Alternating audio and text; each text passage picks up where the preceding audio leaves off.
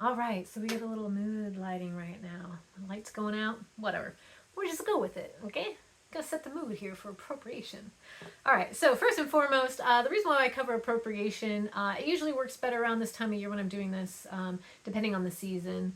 Fall, especially because Halloween, right? And we don't realize some of the things that we do are appropriating and wildly inappropriate and disrespectful. So, this is not to shame anybody. Um, I've done some things that were incredibly terrible, and I may or may not talk about at the end of this discussion. So, if you're over here, again, when we talk about fixed and growth mindset, hey, look, we make mistakes. Sometimes we just don't know because we have advantage blindness. And then we're told after we make said mistake, and then we go, oh, okay, I see now how my behaviors were wildly inappropriate. My bad. I'm going to fix it. Okay, and I'll talk about mine in a little bit. So don't feel bad. We'll talk about this when we talk about the discussion. Okay.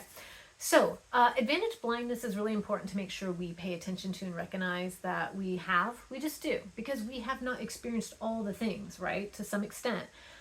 So it's okay if you just don't know, but we're going to teach you that how to know, right? And we'll move forward.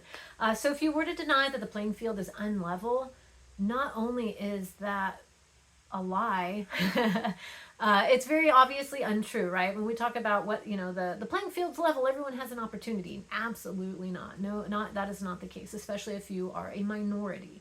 The systems are just kind of rigged that way. They always have been. It's not this weird conspiracy. It's the truth. It is evident. It's out there. There's a lot of research.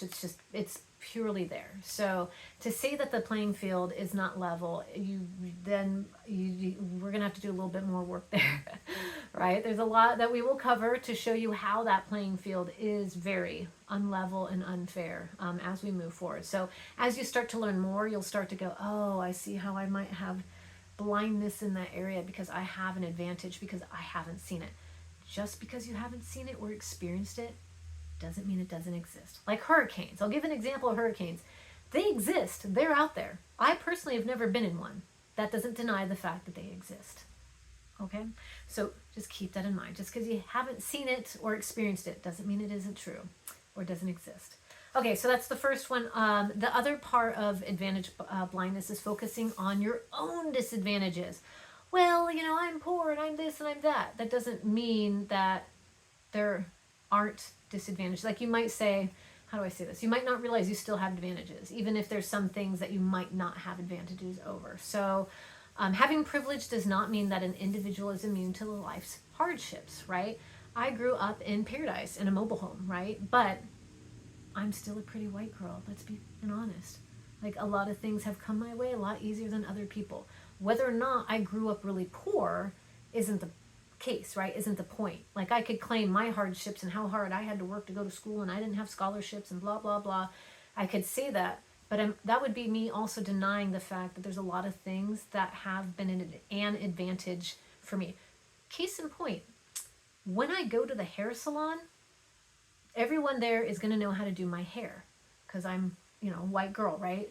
But if I were, a black woman and I went into a hair salon, I would have to try and find somebody who knew how to do my hair, right? And I know, like, some of you are like, oh, when I first heard that, I was like, oh, I can't believe I didn't even think about that because I had advantage blindness. Ta-da!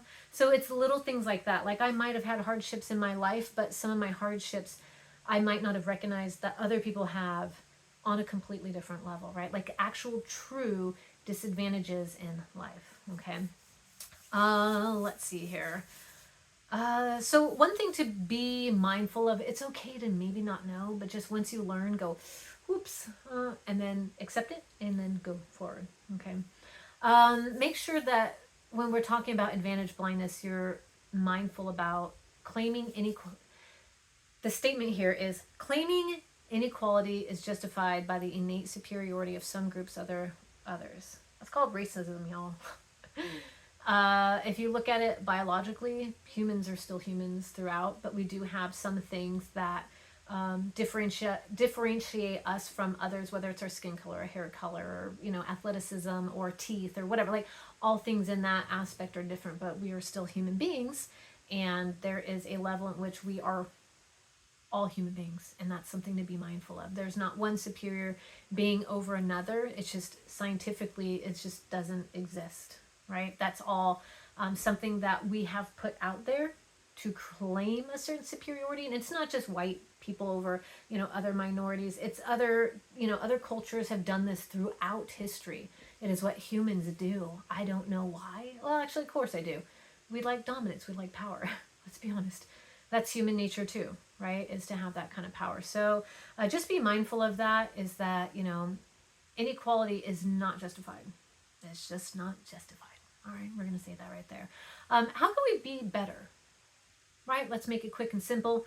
We need to own our personal prejudices and biases. And sometimes those might be things we don't even realize that we're doing, right? I don't know what that means for you. Maybe that's something to kind of look at. It's like, where might I have my own personal prejudice and bias? I don't know. I think of what I have for myself, right? Some of my experiences, and then I recognize it and go, oops, right? Make sure you also think about having empathy for others. Again, as I go into a hair salon, I could pick out any of the, salon ladies and say, hey, do my hair. And they'd be like, oh, okay. Right? But if I was a black woman and I walked in, I'd be like, which one of you guys can actually do my hair without fucking it up? Right? Like, that's the question that people, like, you have to be mindful of as you go forward. All right. Again, empathy is the ability to understand and share the feelings of another person. Empathy is bigger than compassion. It's the true understanding of being in that situation, okay? All right, so connect with people who are, different from you in some way, shape, or form, and listen. Listen what someone else has to say, because someone else is living a different life than you, and they might have something very important that you should know. Okay, so keep that in mind. Also, put personal advantage to collective good use. I will tell you, I'm going to tell you my story, so that way y'all know where we're at. This was like not that long ago, maybe, 10 years ago. I don't know, maybe that's a long time for some of y'all, but not for me. I did a roller disco birthday party at Cal Skates, long story. I used to go party, and I would dress in costume. That was our thing. It was, well, we're going to go dress up, and we had themes, and one of my themes was cowboys and Indians. And I dressed as a Native American with a war bonnet headdress that I pieced together, and, oh, I'm doing this for blah, blah, like, I'm embarrassed to say it, but I say it out loud so that way you all recognize that I recognize that what I did was wildly inappropriate. Why was that inappropriate?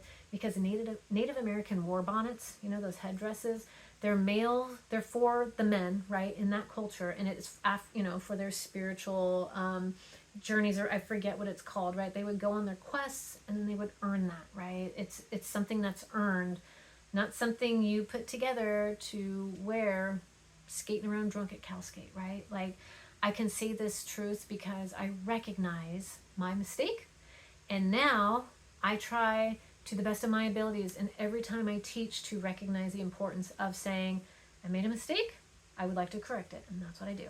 Okay.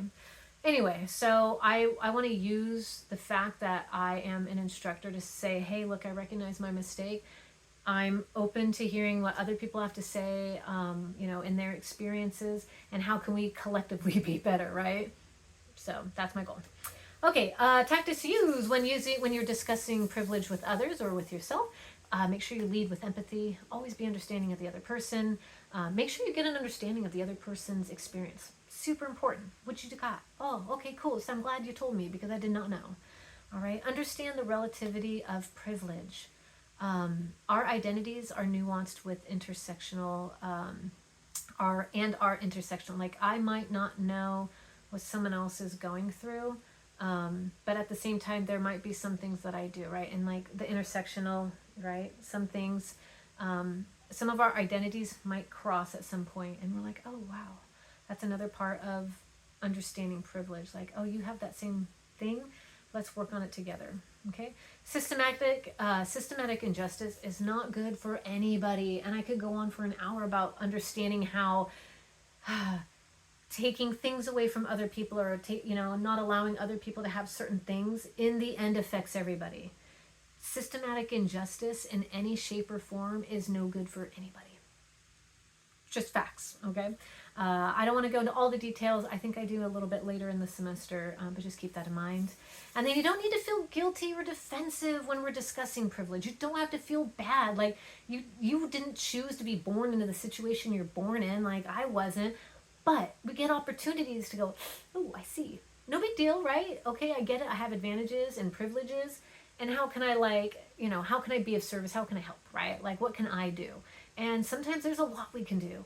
And a lot of that's just being anti-racist, right? When someone's saying terrible shit, you're like, bro, chill. Someone's doing something, it's like, maybe don't wear that Native American headdress. It's just not what we do anymore, right? Come on. Like, it's just not funny. You know what I mean? Like, we know now that it's inappropriate, and so we just kind of move forward, all right? And again, you don't have to be, like, a dick about it or nothing, We just kind of, like, we walk through this together, giving each other space and understanding as we move forward, okay? Each of us is able to undermine the system of oppression by refusing to live with an unchecked or unacknowledged privilege, right? So it's important that I always check myself as best that I can. I'm sure there might be something I say one day in class that I'm like, didn't recognize my privilege or whatever, and you can call me out on it. I'm not even mad about it. I'm like, thank you. Didn't recognize it. Help me, right? That's what we do. We work together here to be better for each other and better for humanity. That's our whole goal here, man. Let's just be better humans in some way, whatever that looks like to you. No, I don't know. Also consider ways in which we can equalize power by framing the dialogue on action. What's the next thing we can do? All right. How can we liberate? How can we help people? How can we do the next right thing to be better for others and for ourselves? Okay. There's a lot of different questions you can ask yourselves. Ask yourself if you belong to a privileged group. I obviously do, right? I can recognize that. I've taken classes to kind of walk through it. Sometimes, societies differ in privileged groups, little societies, little groups, it's not all just white males. That's not the case, right? Like it's all people, all of us, right? In some way have that. So in Western societies, privilege is for those who are white and wealthy. Not wealthy, but I sure as hell am white, right? So we're going to talk about the picture of American progress with Columbia and that white angelic woman who's gliding across America. We'll talk about that in a second, right? Understanding what that means, okay? In daily life, when you get away with something or get treated with a perk or like it's a perk, ask if someone who looks different than you would have gotten the same treatment, right? It's like, would they have been treated differently if they looked like this or acted right? So just be mindful when you get those things. So, for example, if you're white, you probably won't be hassled for loitering, right? At an upscale store. But if you are maybe someone of color, right, like you're going to get kind of picked out, and that sucks, but that's the reality, and that's the annoying part, and that's what we want to fix. We want to be more mindful of that. Right? Same thing can go with either jaywalking or maybe some other kind of social infraction, which, by the way, jaywalking was incredibly racist, right? And so it was giving people excuses to, someone crossing the street, giving them a ticket and causing a fine or, arresting them or whatever the case is, right? We just have to be mindful of the things that we are doing in this world and how they affect others, okay? All right, and then lastly, think about how how privilege has brought you something more valuable than just some store clerk's tolerance, right? Like, have you benefited from either networking, academics, school, professional recommendations, maybe from influential people, or maybe something about school, or just these things, right? Just really kind of ask yourself, because when you say the playing field is uneven, that's a lie. It's an absolute lie. And that means you have so much privilege. Like if you're saying that the playing field is even, that's because you have so much privilege you can't even recognize, and you haven't even looked and recognized that it is not, okay? And again, even if you recognize that story of, me going to hair salon and someone else going in and not having that same treatment, that's an uneven playing field right there. So that experience, that statement will absolutely blow out of the water for you to say otherwise, right?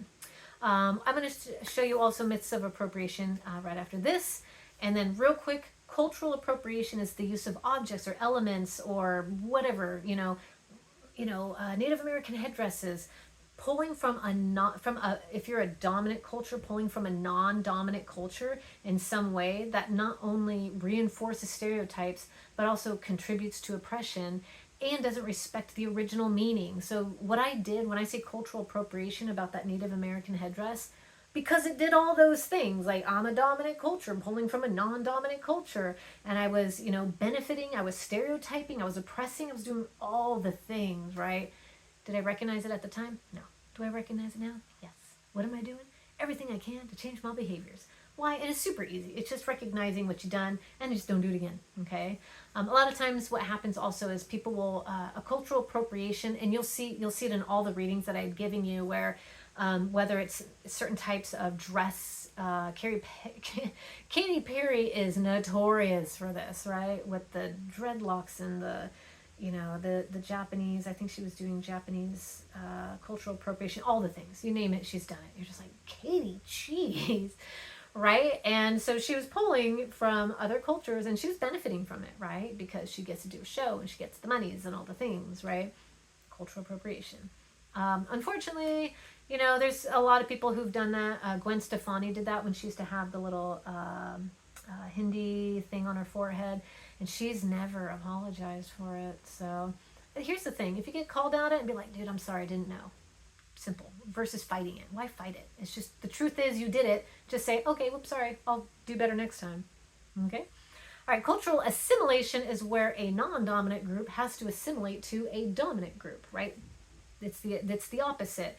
You might say Native Americans who had to wear, or indigenous peoples who were wearing jeans, right? They had to wear jeans to fit in, right? They had to go to, Christian schools and all this thing. That's assimilation to stay alive. Even though, unfortunately, as we will read later, many students didn't survive some of these schools that they were assimilated into and all that quote unquote stuff. Anyway, right? So that's what we're working with here. That's our recognition, okay? Not to be like, oh, this is like, I'm not trying to be all heavy here. This is just being more mindful and recognition of like why it's important that we pay attention to this stuff, okay? Just to be mindful. All right. Appropriation dehumanizes oppressed groups. It takes, it's us taking without permission. It perpetuates stereotypes and ignores the meanings and values and stories of what in which it came, right? So maybe for you, you're like, oh, well, it was a male-dominated thing in which they were wearing the headdresses. I'm like, but that's their culture, not yours. You get to choose what you choose. Let them choose theirs. Don't be pulling stuff from them to benefit from because you just want to feel cool or whatever. I don't know. I don't remember what I was thinking when I did that. Cool? Whatever, anyway. All right, so appreciation. Here's the difference between appropriation and appreciation. Appropriation is keeping the oppressed, right? And stereotyping and all that terrible stuff. While appreciation is celebrating in a respectful way. If I'd been invited into someone else's culture and they were giving me these things to wear and to participate in or whatever, that's appreciation. They're bringing me in and they're sharing this because they're like, hey, look at our stuff is really cool. And I'm like, your stuff is really cool. I'll join if you want me to. Okay. Appreciation asks permission, provides credit, and offers compensation, right? If you're going to take something from someone, and that's very similar to plagiarism, right? We want to give credit where credit is due. Okay, think of it that way, right? You want to give credit where credit's due. And also when we appreciate, we're elevating the voices of the oppressed, right? We're elevating their voices and experience and letting people go, oh, wow, I didn't know any of this. That's the one cool thing about like when Lana Del Rey was wearing that Native American headdress and there was this huge blowout. I think that was when I was like, oh, I didn't realize what I was doing was so terrible. And then I read up on it and I saw articles and things. I was like, oh, thank you for sharing. I now know. Thank you. Okay, and then again, appreciation focuses on learning the stories and meaning behind cultural elements. Let's just learn, man. Let's take it and go, oh, that's super cool. How can I share this? How do I share this? What do we do? Right? That's what we're trying to do. Okay. Different types of cultural appropriation would be exchange. This is form defined as reciprocal exchange between two cultures that are approximately equal in terms of power and dominance. That's supposed to not be appropriation. That's supposed to be appreciation. My bad. I will fix that.